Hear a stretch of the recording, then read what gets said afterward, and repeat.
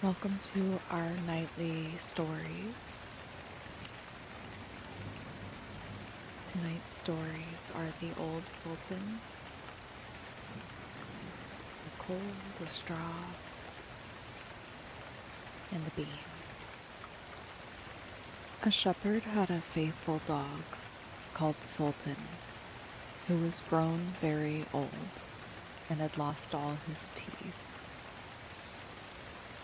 And one day, when the shepherd and his wife were standing together before the house, the shepherd said, "I will shoot Old Sultan tomorrow morning, for he is of no use now." But his wife said, "Pray, let the poor faithful creature live. He has served us well a great many years, and we ought to give him a livelihood for the rest of his days." "But what can we do with him?" said the shepherd.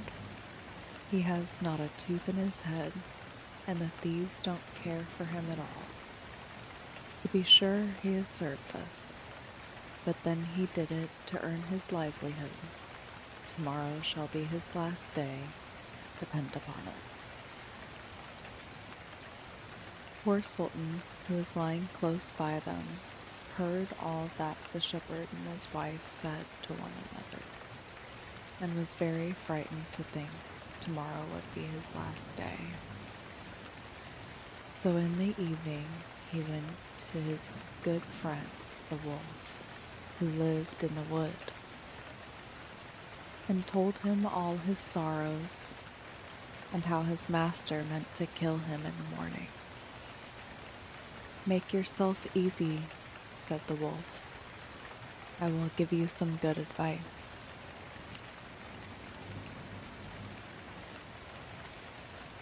Your master, you know, goes out every morning very early with his wife into the field, and they take their little child with them and lay it down behind the hedge in the shade while they're at work.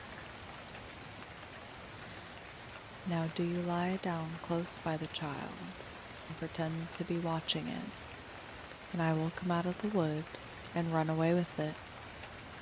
You must run after me as fast as you can, and I will let it drop, then you may carry it back, and they will think you have saved their child, and will be so thankful to you that they will take care of you as long as you live." The dog liked this plan very well, and accordingly so it was managed. The wolf ran with the child a little way. The shepherd and his wife screamed out, but Sultan soon overtook him and carried the poor little thing to his master and mistress.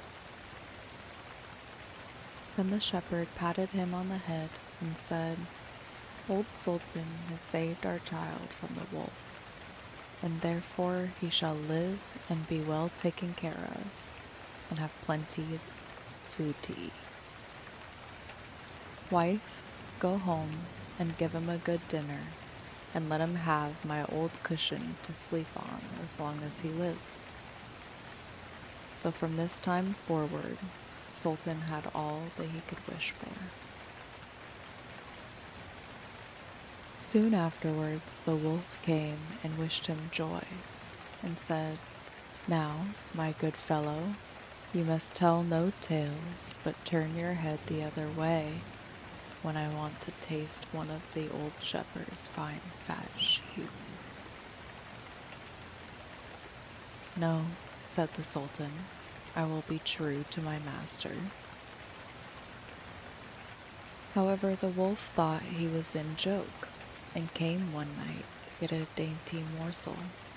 Sultan had told his master what the wolf meant to do, so he laid wait for him behind the barn door, and when the wolf was busy looking out for a good fat sheep, he had a stout cudgel laid about his back that combed his locks for him finely.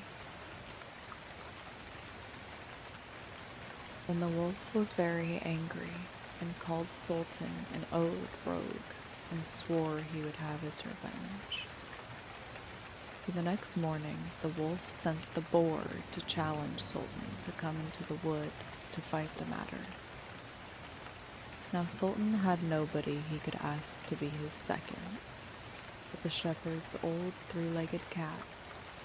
So he took her with him, and as the poor thing limped along with some trouble, she stuck up her tail straight in the air. The wolf and the wild boar were first on the ground, and when they espied their enemies coming, and saw the cat's long tail standing straight in the air, they thought she was carrying a sword for Sultan to fight with, and every time she limped, they thought she was picking up a stone to throw at them. So they said they should not like this way of fighting, and the boar lay down behind a bush, and the wolf jumped up into a tree. Sultan and the cat soon came up and looked about and wondered that no one was there. The boar, however, had not quite hidden himself, for his ears stuck out of the bush, and when he shook one of them a little, the cat, seeing something move and thinking it was a mouse, sprang upon it and bit and scratched it, so that the boar jumped up and grunted and ran away, roaring out, "Look up in the tree, there sits the one who is to blame." So they looked up and espied the wolf sitting amongst the branches, and they called him a cowardly rascal and would not suffer him to come down till he was heartily ashamed of himself and had promised to be good friends again with the old sultan. The straw, the coal, and the bean. In a village dwelt a poor old woman who had gathered together a dish of beans and wanted to cook them. So she made a fire on her hearth, and that it might burn the quicker, she lighted it with a handful of straw.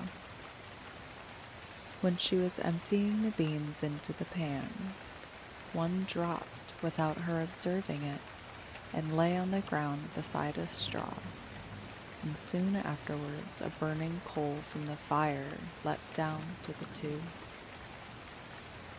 Then the straw began and said, "Dear friends, from whence do you come here?"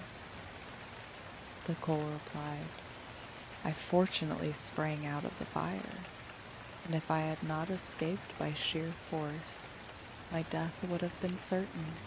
I should have been burnt to ashes."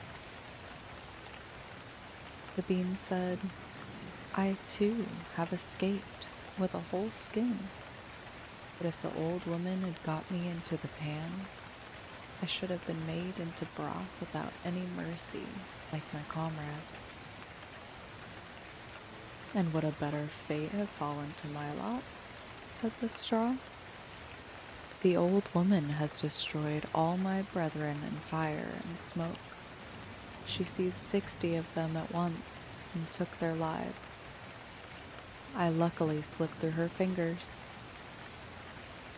"But what are we to do now?" said the coal. "I think," answered the bean, "that as we have so fortunately escaped death, we should keep together like good companions, and lest a new mischance should overtake us here, we should go away together and repair to a foreign country." The proposition pleased the two others, and they set out on their way together. Soon, however, they came to a little brook, and as there was no bridge or foot plank, they did not know how they were to get over it. The straw hit on a good idea, and said, "I will lay myself straight across, and then you can walk over me as on a bridge." The straw therefore stretched itself from one bank to the other, and the coal, who was of an impetuous disposition, tripped quite boldly on the newly built bridge. But when she had reached the middle and heard the water rushing beneath her, she was after all afraid, and stood still and ventured no further. The straw, however, began to burn, broke in 2 pieces, and fell into the stream. The coal slipped after her, hissed when she got into the water, and breathed her last. The bean, who had been prudently staying behind on the shore, could not but laugh at the event, was unable to stop, and laughed so heartily that she burst. It would have been all over with her likewise, if by good fortune a tailor who was traveling in search of work had not sat down to rest by the brook. As he had a compassionate heart, he pulled out his needle and thread and sewed her together. The bean thanked him most prettily, but as the tailor used black thread, all beans since then have a black seam.